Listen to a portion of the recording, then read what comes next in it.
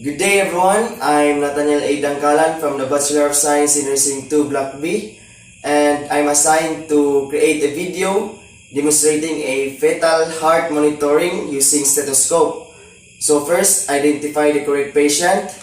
Next, introduce yourself and state the purpose of intervention to reduce anxiety. Hi ma'am, good day. I'm Nathaniel Dancalan. I'm a student nurse from Jose Rizal Memorial State University, and I will be your nurse for today. So can I know your name and your age, ma'am? Mary Grace Alpante, 25 years old. Okay, so I'm doing this now to ensure that I'm the right patient. Today, Ma'am Mary, what we're gonna do is that I'm going to check for the rate, rhythm, and the presence or absence of accelerations and decelerations of fetal heartbeat. Next, expose the part to be examined and keeping close in outer parts.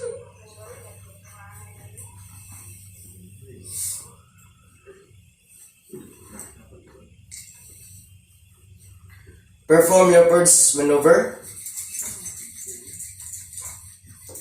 So first maneuver the fundal grip. The second maneuver the umbilical grip.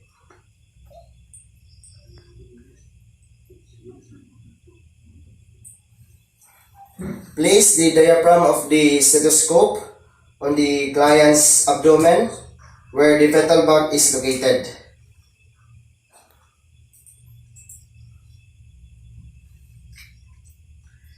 And count the beat for 1 whole minute.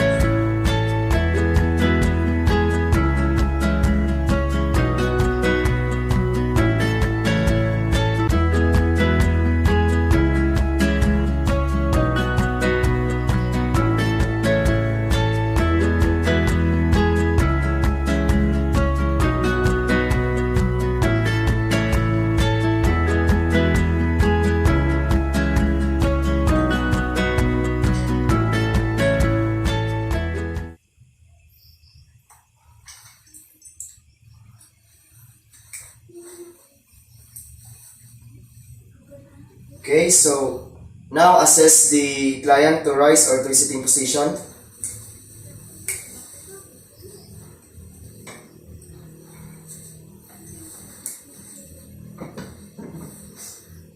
Okay, now ma'am, we are now done on procedure.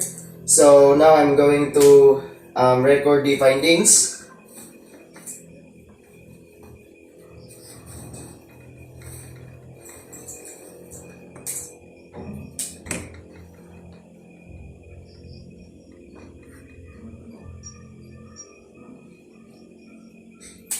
Okay, so that's all for today, ma'am. Thank you.